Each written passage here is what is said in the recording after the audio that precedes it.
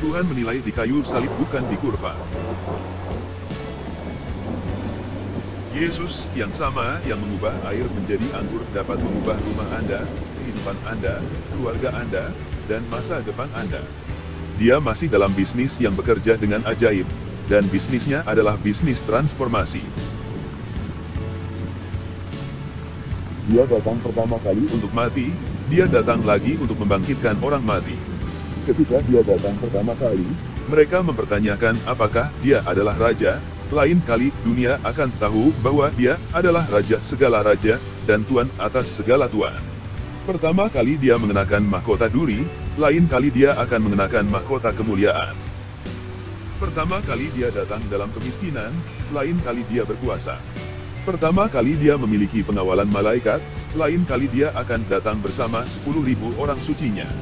Pertama kali dia datang dalam kelemah lembutan, dia akan datang lagi dalam keagungan.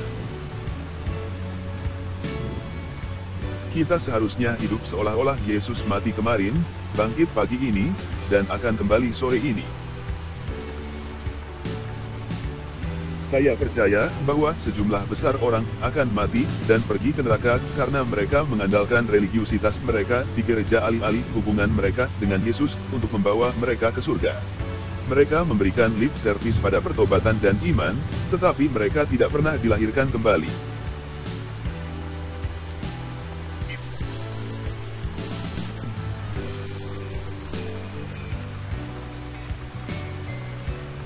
Alkitab mengatakan buah roh sudah lama sekali. Saya akan memberitahu Anda satu hal tentang buah, Anda tidak akan pernah melihat pabrik buah. Bukankah itu benar? Anda melihat pabrik kemeja, tetapi Anda melihat kebun buah. Soalnya, tidak ada buah tanpa kehidupan. Anda tidak dapat menghasilkan kesabaran. Buah roh adalah kesabaran. Teman, Anda tidak dapat membuat undang-undang orang miskin menjadi kebebasan dengan membuat undang-undang orang kaya keluar dari kebebasan. Dan apa yang diterima satu orang tanpa bekerja untuk, orang lain harus bekerja tanpa menerima. Pemerintah tidak dapat memberikan kepada siapapun apapun yang tidak diambil oleh pemerintah terlebih dahulu dari seseorang. Dan ketika setengah dari orang-orang mendapatkan ide bahwa mereka tidak harus bekerja karena separuh lainnya akan mengurus mereka, dan ketika setengah lainnya mendapatkan ide itu tidak ada gunanya bekerja karena seseorang akan mendapatkan apa yang saya kerjakan. Itu, teman terkasih, adalah tentang akhir dari bangsa manapun. Pernahkah terpikir olehmu bahwa tidak ada yang terjadi pada Tuhan? Tuhan tidak membutuhkan kita untuk memberinya uang kita. Dia memiliki segalanya. Persepuluhan adalah cara Allah untuk menumbuhkan orang Kristen. Doa yang dipanjatkan kepada Allah di pagi hari selama waktu tenang Anda adalah kunci yang membuka kunci pintu hari ini. Setiap atlet tahu bahwa itu adalah awal yang memastikan hasil akhir yang baik. Anda tidak dapat menaati Allah tanpa ketaatan Anda yang tumpah dalam berkat kepada semua orang di sekitar Anda.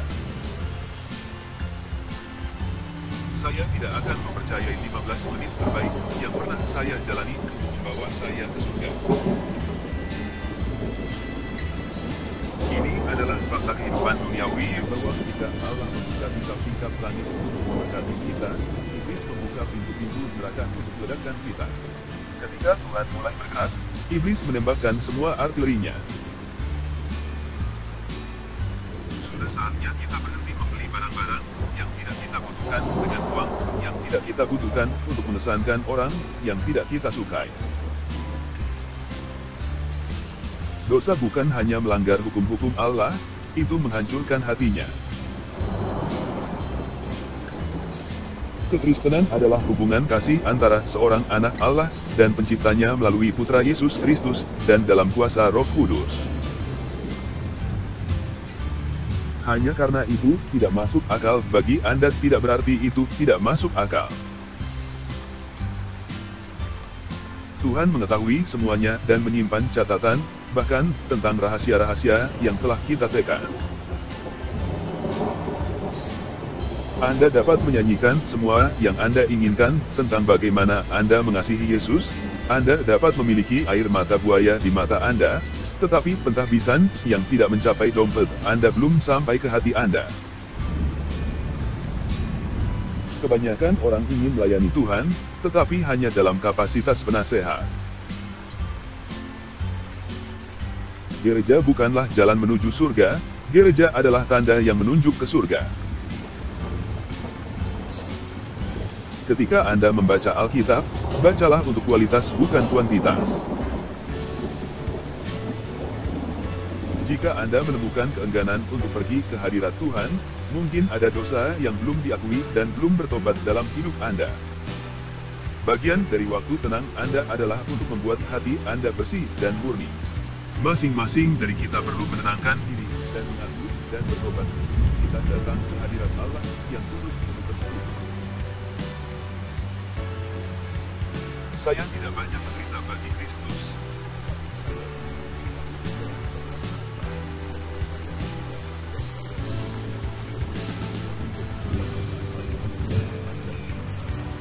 Saya tidak dapat memberitahu Anda sukacita yang tak terlukiskan, yang telah datang ke dalam hati dan kehidupan saya. Jika setan tidak bisa membuatmu buruk, dia akan membuatmu sibuk. Hari penghakiman akan menjadi hari ketika kerangka keluar dari lemari. Dan kita masing-masing akan berdiri di sana untuk menghadapi catatan itu.